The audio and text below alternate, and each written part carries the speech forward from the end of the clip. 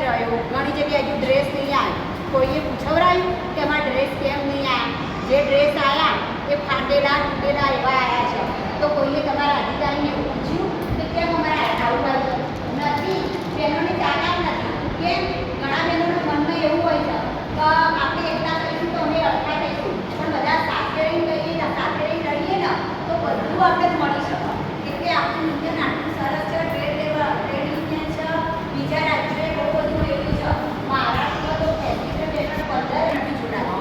અને ઘણી બહેનોને કેવું ખબર છે, અમે ફી આપી છૂટી જઈએ, પણ એ પ્રોગ્રામ હોય તો અમે આવીએ નહીં.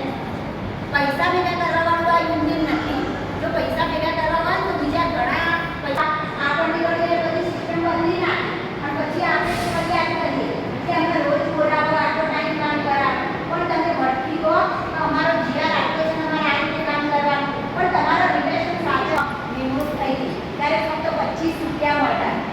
અને અત્યારે જો હું કહું ને તો મિનિમમ એક ટ્રેન વધારા પછી તો બધું સાથે 8 થી 9 હજારથી ઓછું કોઈ નહીં પાડે.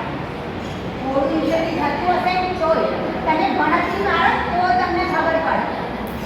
વિસ્તાર જો સારો છે. અમે બેઠકમાં જ્યાં કે ત્યારે મને 75 બહેનોની ફાઇલ એવી લાઈન બતાવી હતી કે જે બહેનોએ મહિને 25,000 ઇન્સેન્ટિવ લીધું, જેનું